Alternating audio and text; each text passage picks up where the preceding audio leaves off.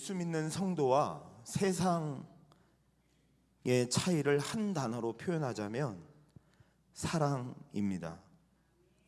이 세상의 많은 종교들 그리고 많은 우상들도 똑같은 가치관을 가지고 있습니다. 그들은 기브 앤 테이크, 네가 나를 얼마나 사랑하는지 보여주면 그만큼 너가 원하는 것을 줄게입니다. 그 사랑은 준 만큼 받아야 하는 사랑입니다. 한 만큼 보답해주는 사랑이라는 것이죠.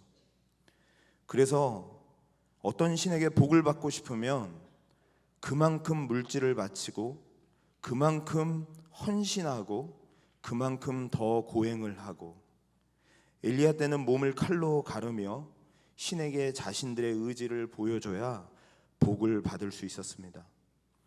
하지만 예수님의 사랑은 놀랍고 특별합니다. 내가 너를 사랑한다. 내가 너의 죄를 위해 모든 핏값, 모든 죄값을 치렀으니 너는 그저 담대하라, 감사하라, 기뻐하라. 이 사랑을 마땅히 받아야 한다고 생각하시는 분이 혹시 계십니까? 너무도 당연하게 이 사랑을 받을 만한 자격이 있다고 생각하시는 분이 이 가운데 계신지요? 오늘 본문은 십자가에 못 박히시기까지 우리에게 사랑을 주시는 장면입니다. 사형 선고를 받고 해골이라 불리는 골고다 언덕에 올라가는 길은 예수님도 힘이 드셨던 것 같습니다. 3번 쓰러지셨고, 또한 예수님이 견디기 힘들다고 생각해서 로마 군사들은 지나가던 구레네 사람 시몬에게 도움을 요청할 정도였습니다. 손과 발에 대못이 박히셨습니다. 요즘과 같이 작은 못이 아니고 그 힘으로 십자가에 매달려 있어야 했기 때문에 굉장히 그 못은 두껍고 길었을 것입니다. 예수님의 고통은 극에 달했고 피를 계속 흘리셨고 숨쉬기도 힘들고 정신도 없으셨을 것입니다. 그런 가운데 로마 군사들은 통으로 만들어진 옷을 벗겼습니다.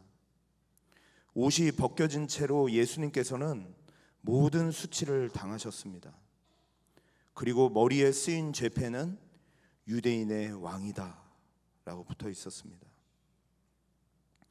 이런 예수님의 고난을 상상해 보면 우리 사랑하는 성도님들은 어떤 마음이 드시는지요? 그저 불쌍하고 안쓰러워 보이시는지요? 이사야 선지자는 예수님이 이 고난을 받으신 이유를 우리에게 분명히 말씀합니다. 우리 다 같이 이사야서 53장 5절 6절을 읽도록 하겠습니다. 그가 찔림은 우리의 허물 때문이요 그가 상함은 우리의 죄악 때문이라. 그가 징계를 받음으로 우리는 평화를 누리고 그가 채찍에 맞음으로 우리는 나음을 받았도다. 우리는 다 양 같아서 그릇 행하여 각기 제 길로 갔거늘 여호와께서는 우리 모두의 죄악을 그에게 담당시키셨도다. 우리가 손으로 지은 죄, 발로 지은 죄, 말로 지은 죄, 생각으로 지은 죄, 온통 음란과 교만과 이기적이고 사랑 없는 죄로 우리가 못 박혀야 했고 우리가 수치를 받았어야 했는데 예수님이 우리의 죄를 대신 담당하셨다는 것입니다. 그래서 우리가 나음을 얻었고 우리가 평화를 누리게 되었습니다. 전적으로 하나님이 쏟아부어 주시는 사랑이 예수님을 오늘 십자가에 못 박은 이유라고 말씀하고 있습니다. 우리에게 조건이 있어서, 우리에게 능력이 있어서, 하나님께 뭔가 바친 것이 있어서 그렇게 하신 것이 아니라 전적인 하나님의 은혜로 무한정 자신의 목숨과 생명을 내어주시는 사랑으로 가능했던 일이라고 할 수 있습니다. 로마서 5장 8절에 보니까 우리가 아직 죄인 되었을 때 그리스도께서 우리를 위하여 죽으심으로 하나님께서 우리에 대한 자기 사랑을 확증하셨느니라. 우리가 사랑을 받을 자격이 있을 때가 아니라고 합니다. 우리가 아직 죄인 되었을 때라고 말씀합니다. 과부의 동전을 귀하다고 하신 예수님, 우리의 삶의 모든 것을 아시고 우리의 연약함을 아시고 우리의 부족함도 아시고 우리가 하나님의 율법을 절대로 지킬 수 없음도 아시는 그 하나님께서, 그러나 그것과 상관없이 전적인 하나님의 은혜로 예수 그리스도를 십자가에 우리의 죄를 대신하여 죽이신 것입니다. 그래서 예수를 믿는다는 말은 주일날 교회 나가게 되었다든지 11조를 하기 시작했다든지 담배와 술을 끊었다는 말이 아닙니다.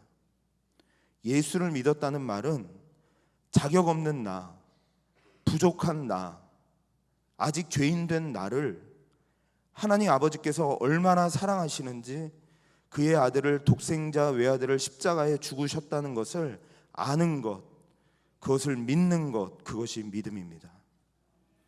내가 자격이 있어서가 아니라 얼마나 자격이 없지만 사랑받는 존재인지 알게 되는 것이 바로 이 고난주간의 의미라고 할 수 있습니다. 지난 한 주간을 지나면서 하나님의 무한한 이 사랑을 받고 계신가요? 우리가 무엇을 해서 받는다고 아직도 착각하고 계시지는 않으신지요? 우리 사랑하는 성도님들의 있는 모습 그대로를 사랑하시는 줄 믿습니다. 사랑을 받으면 주님이 나를 긍휼히 여기셨던 긍휼의 필터가 우리 눈에 씌어지게 됩니다. 다른 사람이 상처를 주면 그전에는 너무 힘들기만 했는데 그 영혼을 긍휼히 여기게 됩니다. 그리고 그를 위해 기도하게 됩니다. 그리고 그를 인내하고 참아낼 수 있는 힘을 얻게 됩니다. 지나가는 꽃을 보아도 나를 사랑하는 주님을 알면 꽃이 달라 보입니다. 평생 시 한 번 쓰지 못한 사람의 입에서 시가 나옵니다. 사랑받고 있는 것이 얼마나 큰 기쁨인지 아내들이 이렇게 얘기합니다. 사랑받고 있다는 마음이 들면 여자들은 다 견딜 수 있다고. 사랑은 그런 겁니다. 그래서 고린도전서에서도 사랑은 모든 것을 참으며 모든 것을 이기며 모든 것을 견딘다고 했습니다. 이 사랑, 쏟아부어 주시는 사랑, 풍성하게 부어주시는 사랑, 그 사랑이 오늘 우리가 십자가에 달리신 예수를 묵상할 때 받아야 되는 은혜인 줄 믿습니다. 그렇다면 한 가지만 더 나누고 싶습니다. 이 시대에는 어떻게 하나님의 사랑을, 십자가의 사랑을 우리가 얻을 수 있을까요? 예수님은 십자가에서 고통스러운 마지막 순간에 그 앞에 계신 어머니를 보게 됩니다. 그리고 어머니와 사랑하는 제자를 가족으로 묶어주는 장면이 나옵니다. 왜 예수님이 이렇게 하셨을까요? 어머니 옆에 가족들이 보이지 않습니다. 남편 되는 요셉이 있어야 될 것 같은데 없습니다. 학자들에 의하면 아버지 요셉은 일찍 세상을 떠났다고 합니다. 그리고 형제들은 평소에 예수를 믿지 않고 미친 사람이라고 동생을 생각했기에 명절이라 근처에 있었지만 같이 하지 않았던 것 같습니다. 진짜 어머니만 예수를 믿었던 것 같아요. 그러니 어머니 마리아에게는 실제 위로할 사람, 가족이 아무도 없었습니다. 그래서 이 마리아는 그냥 성령으로 잉태되었다고 얘기하지만 진통을 해서 낳은 아들이 예수였습니다. 진통을 해서 낳았다는 의미는 자식의 고통 앞에 잠잠할 부모가 누가 있겠습니까? 자기 눈앞에서 살이 뜯겨져 나가는 아들, 자기 눈앞에서 피를 철철 흘리고 있는 아들, 그 고통을 다 똑같이 예수와 같이 느꼈을 것입니다. 그리고 그 심장도 찢어졌을 것입니다. 그런데 그 순간에 예수님이 마지막 힘을 다해 어머니를 위로하고 돌보는데 그 방법은 자기가 사랑하는 제자와 함께 가족으로 묶어주는 것이었습니다. 저는 이것이 교회라고 생각합니다.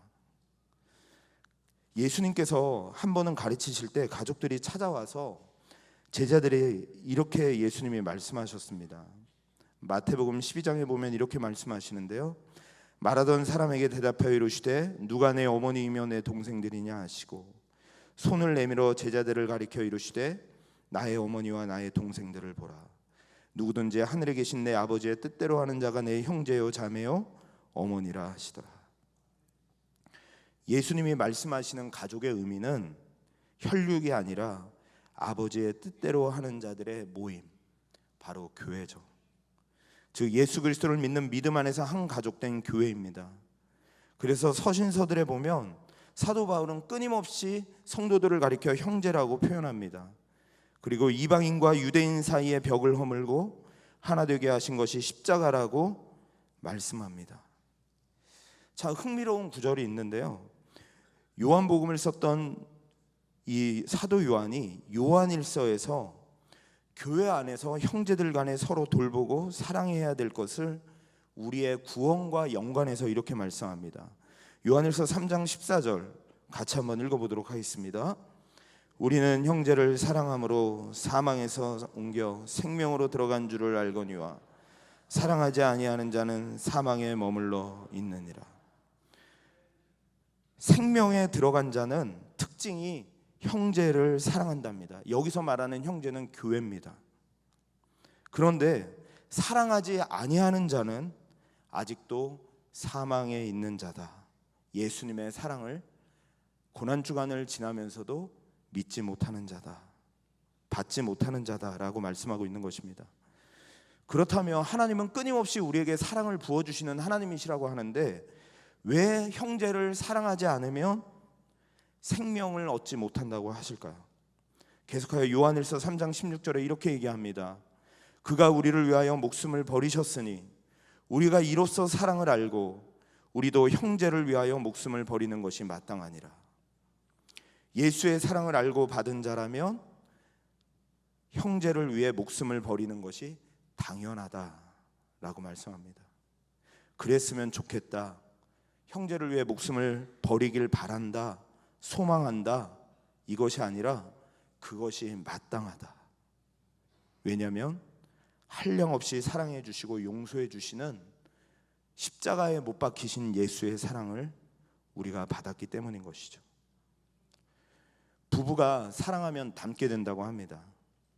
생김새도 성격도 많이 달랐지만 서로 함께 지내면서 닮아갑니다.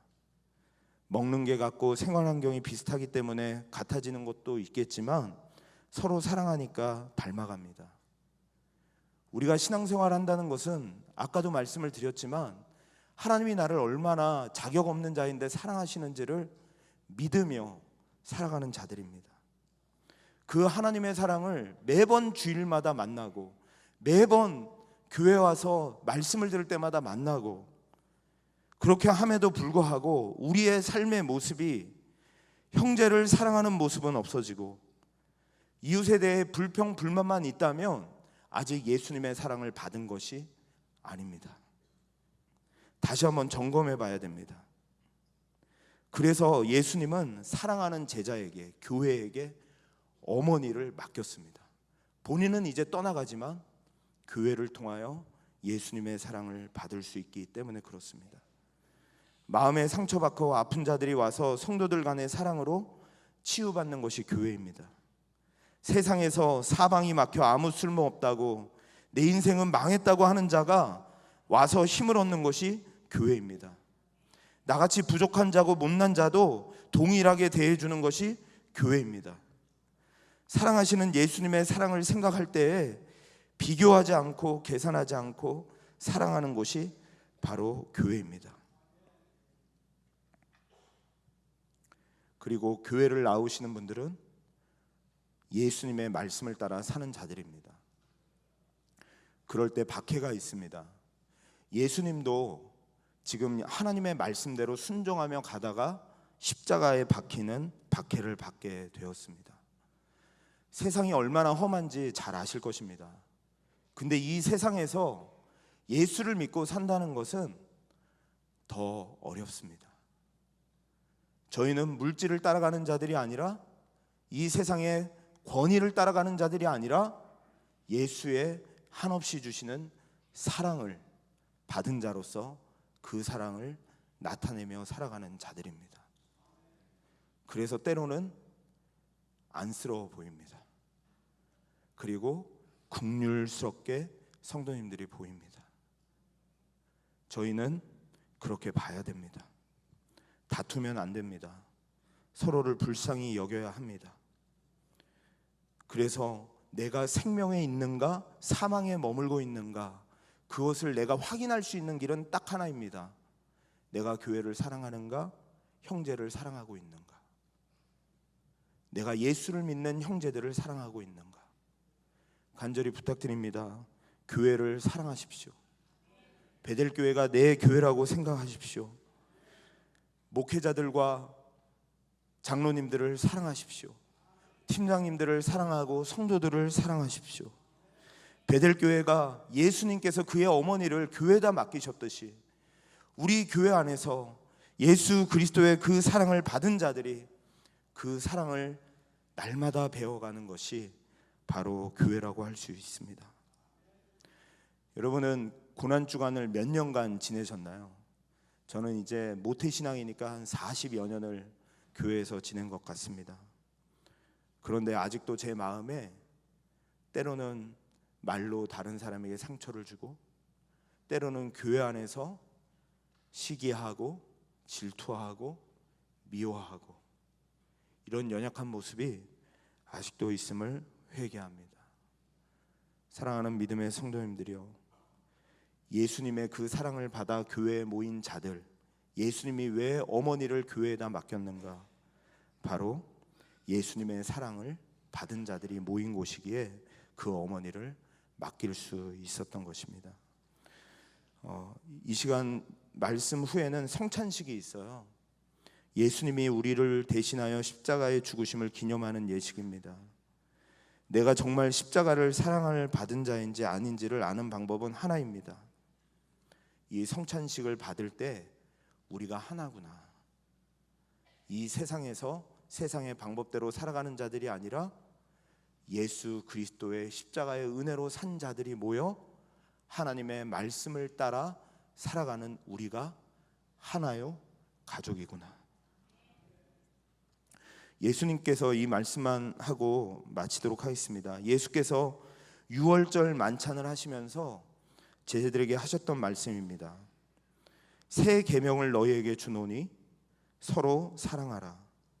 내가 너희를 사랑한 것 같이 너희도 서로 사랑하라. 너희가 서로 사랑하면 이로써 모든 사람이 너희가 내 제자인 줄 알리라. 아멘. 기도하시겠습니다.